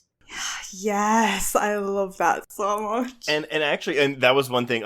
So whenever she was interviewing with Bates to get the role, he basically said, you have to shave your head for this, as a way to like try to get her to not want to take the role. This pretty girl's not going to be willing to do this, and she was probably like, "Cool, give me the razor." Yeah, no, she was, and they talk about it in the commentary. She's like, "Oh, this little fucker is trying to get me away." Oh my god, I love that. Like, it just makes it better that she kind of did it out of spite. Yes, because Pauline does so much out of spite, like vomiting on her desk. So and we didn't bring this up, and I don't think we need to really go into it too much. But I mean, just a couple months ago, AnnaLynne McCord came out and said that she has dissociative identity disorder. Oh, really? Okay. Yes. This is like as in like April of 2021. Wow. I think she posted on Instagram. But yeah, so I think that, when she says she sees a lot of herself in Pauline, I think there are, not to say that Pauline has this DID, but, No, I think that's definitely accurate, like the way she sees herself in it. And I know a lot of other people with BPD do suffer from dissociation when we reach like a certain point in like a mental breakdown and stuff. So there's a lot of similarities with the way you would express those things visually. Yeah. So, folks, I feel like I've been dreading actually having to say the words because it's so fucking upsetting. But, yeah, so this is the moment where Pauline gives her younger sister a lung transplant with Kimberly's lungs. In a dirty-ass garage. It's shot so well because it's just the weapons, right? I'm sorry, the surgical tools that we're seeing, which are kitchen knives. I love that you phrased it as weapons, though, because... Oh, man. Wow. That's a Freudian slip of epic proportions, and that's so accurate. It is, but honestly, that's not what really upsets me the most about this scene. We get a cut first. Is it the face. overhead shot of blood just coming out of her mouth? Yes, we get the jump rope girl who I'm like, whatever, like, she's fine. But I mean, she's not fine, she's very dead. But I just, again, this is how silly I am, but like, I remember the first time watching this, even watching this, I'm like, well, maybe it's gonna work out for her. And then we get that shot of Grace oh no, she is very dead. Yeah. Wow, you were more hopeful than I know than I was going into that scene. I'm an eternal optimist, and so it's when the credits rolled that I was like, oh no. You had to sit there and accept it. Yeah, because I didn't want it to be real. I was like, no, this sucks. I mean, it's a beautiful ending. Like, it's a poetic ending for this tale. It's a gut punch of an ending. Yes, yeah. It's just so oh my god. Yeah. So while this is happening, and we are coming to the realization that both Grace and Kimberly are dead, this is where Phyllis arrives home from her night in the city. She finds Bob unconscious and tied up, and he is groggy, so he can't really help her, and she starts to freak out, and she noticeably only calls for Grace and not for Pauline, which I thought is very telling. She ends up ultimately discovering her in the garage, and Pauline tries to explain what she's doing. So she says she tried the surgery, and then she realized that she didn't do it properly, but she wants her mother to admire her suturing work. And I love the moment that it takes Phyllis to acknowledge what's happened. Like, she clearly understands, but she doesn't react immediately. And then mother and daughter clutch at each other, and they're alternately wailing and screaming. And it's just so fucking powerful. It takes Pauline a moment, because Phyllis hugs her, grabs her, holds her, and is just, wailing. But it takes Pauline, like, a couple seconds before it's like you see the realization in her eyes as to really, like, what she has done, and then she breaks. And that, it is... And then, cut to black. Yeah, that end scene, I was shaken after watching that. It was one of those, where you sit with the credits on, and then afterwards you're like, wait, how long have the credits been over, and how long have I been sat here? How long have I been in my own fantasy, thinking that maybe that didn't actually happen? But I wouldn't take it any other way, right? No. Half of the film's power is how everything builds up to this moment. I feel like people give Midsommar a lot of credit for the way that they put Dani through the ringer, but people like to use that gif of her screaming and the women screaming with her and how it becomes this communal experience. And I'm like, but Excision's right there. Here. Yeah, you know what's funny is I was literally just about to mention that, because Traci Lord, like, the scream, like, the way she expresses that at the end, it reminded me very much of like Toni Collette in Hereditary or Florence Pugh in Midsummer. Like, Ari Aster needs to cast her in horror and have her do that, because he has a thing about women that he just like gets this raw emotion out of, and clearly Traci Lords, that end scream, it's brutal. It's guttural. I just got shivers. Yeah. No, I mean, I think you're both like right, like very, very right. I have no words really left for this ending, because it's just like, yeah, I want to, like, you just want to sit with it and just like accept it. Can I try to summarize it using a review that I found that I thought was really well written? Go ahead. Okay, so this is by Carmel Banaski, and it is from The Rumpus. And of this final piece, she writes, "We're propelled into a universal closing moment. Pauline's mother embraces her in the midst of this nightmare, and this horrific, bloody film suddenly transforms into a story about love and the acceptance of family. Pauline's failed literal excision is mirrored by her failed metaphorical one. Unable to excise herself from the mediocrity of her life, she collapses into the safety and comfort of family that she has for so long resisted." Oh, wow. I love that. Yeah. Because my read on it is so specific to the mental illness aspect of her actions that, you know, I forget about the way she is trying to excise herself from so much, but the ending really, really hit home with me because, well, for a lot of, it's a very layered response that I had to it. You do this thing where black and white thinking, and it's like where you think in these extremes, and if you have a fear of abandonment and you think someone's going to leave, whether that's out of choice or their illness, it can provoke that response. And like, there is a big stigma about this mental illness, and I would just like to say that people with it would never do something like this. Like, It is not like that at all. But I did look at it as a metaphorical representation of the lengths you would go to keep someone, including hurting them. Right. And there's a moment, like, when she comes out of it, which is like when you come out of disassociating, which is where you're like, what have I done and who have I hurt? And then she realises, and the only person left is, you know, her mum. Yeah, the person who has maybe hurt her the most, right? Yeah, and like that, it's such a heavy ending when you read it that way. And you know, she did do the worst thing. She hurt the one person that she never ever wanted to hurt in the entire film. I really like that read of it too, actually.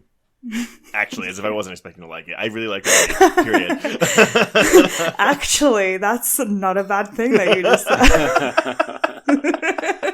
It's like, there's something so simple and elegant and beautiful about this film that you don't anticipate when you first put it on, right? Like, when I first sat down in the theater and this film opens and Pauline is just acerbic and unlikable, but somebody that you also want to root for, you don't think the film is going to go here. No. And there's something so effective about that. And that's why I think this film continues to gain fans and remain in the popular consciousness, because like, this fucking movie hits hard. Yeah, I mean, when I first put this film on, everyone told me, they were like, this is so extreme. I was prepared going in for like body horror and it to be shocking, and I expected that, and it did definitely live up to that. But the thing I wasn't expecting was the emotional impact that it has. Mm-hmm. And I think that's what makes it so memorable. At least, like I hope more people discover this. Hopefully, we convince people to watch it. But yeah. But yeah, I mean, I think this is a film that just deserves to be seen by so many more people. And yes, Bates and McCord even say something in the commentary where they're like, "I really hate when people say it's a gory movie, because to them, this isn't gore. This is art. Like, this is beauty that's put on screen, and it's not this disgusting, despicable film." Which I'm sure some people will have. I mean, again, walkouts at Sundance. It is a beautiful film. It's just a very. I don't even want to say hard. Yeah, it's hard. No, I agree, because I know a lot of people will think it is over the top or gory or whatever, but it's, I don't know, I think those scenes, like with all the blood, especially the one where she's having sex with Adam as well, that's because this entire film is shot so beautifully and erotically, and I don't know, I think that the parts that are supposed to be grotesque are made to be just as artistic as, like, the parts that are supposed to be beautiful too. Yeah. So that's Excision. That is Excision. I love this conversation, though. It's my nervous laughter. Me too. Well, oh my god, yeah, that is Excision. Thank you, Wren, for coming on to talk about this. And thank you, listeners, for listening and hopefully watching this movie. But before we announce what we're covering next week, Wren, please let everyone know where people can find you on social media, and this is also your chance to plug anything you'd like to plug. Well, thank you for having me, and like you said at the beginning, I'm working on my book, Transploitation, my podcast, Six Sad Monsters. I have things coming out on my Patreon where I do writing, design, photography, and everything. If people want to find me, you can find everything just on my Twitter, pretty much, which is at @B_rollbanshee. Nice. Well, if you want to get in touch with us, you can reach us on Twitter and Instagram at HorrorQueers, and join our Facebook Horror Queers group to hang out and chat with other listeners. Find us on Letterboxd to keep track of all the films we've covered, and finally, go to our YouTube channel to watch our Micro Queers videos. If you have a moment, please rate and review us on your podcatcher of choice. We did just hit 400 ratings/reviews on the US iTunes store, Apple Podcast store. Those Russians, right? Yes, exactly. So, help us get to 500 now. That's our next milestone. If you want any more content, please support the show by becoming a patron at patreon.com/horrorqueers. We already kicked off the summer movie season with pretty much everything Conjuring. We got an audio commentary on the first Conjuring film, an episode on The Conjuring, The Devil Made Me Do It, ranking the Conjuring films, and we'll also be doing a summer movie preview and talking about the new Ilana Glazer pregnancy horror film premiering on Hulu, False Positive. Yeah, lots of fun stuff. Yeah, a lot of shit. I'm sorry, good shit, hopefully. Joe. Yes. What are we talking about next week?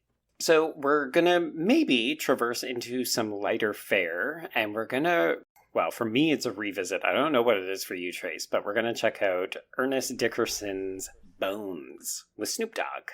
Never seen it, I'm not gonna lie. I remember hearing it was bad from critics when it came out, and so I just never gave it the time of day, and I'm actually very much looking forward to remedying that next week.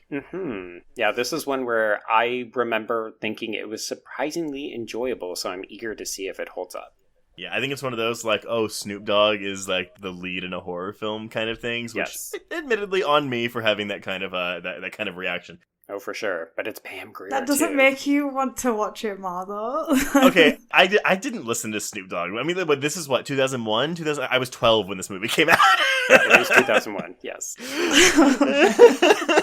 But no, in hindsight, yes. And I mean, Ernest Dickerson is a Horror Quiz alumni. We did cover his Tales from the Crypt Demon Night in our first year. So I'm excited to check out more of his work. Yeah. But on that note, we can cross out Excision. Yes, and cross out Horror Queers.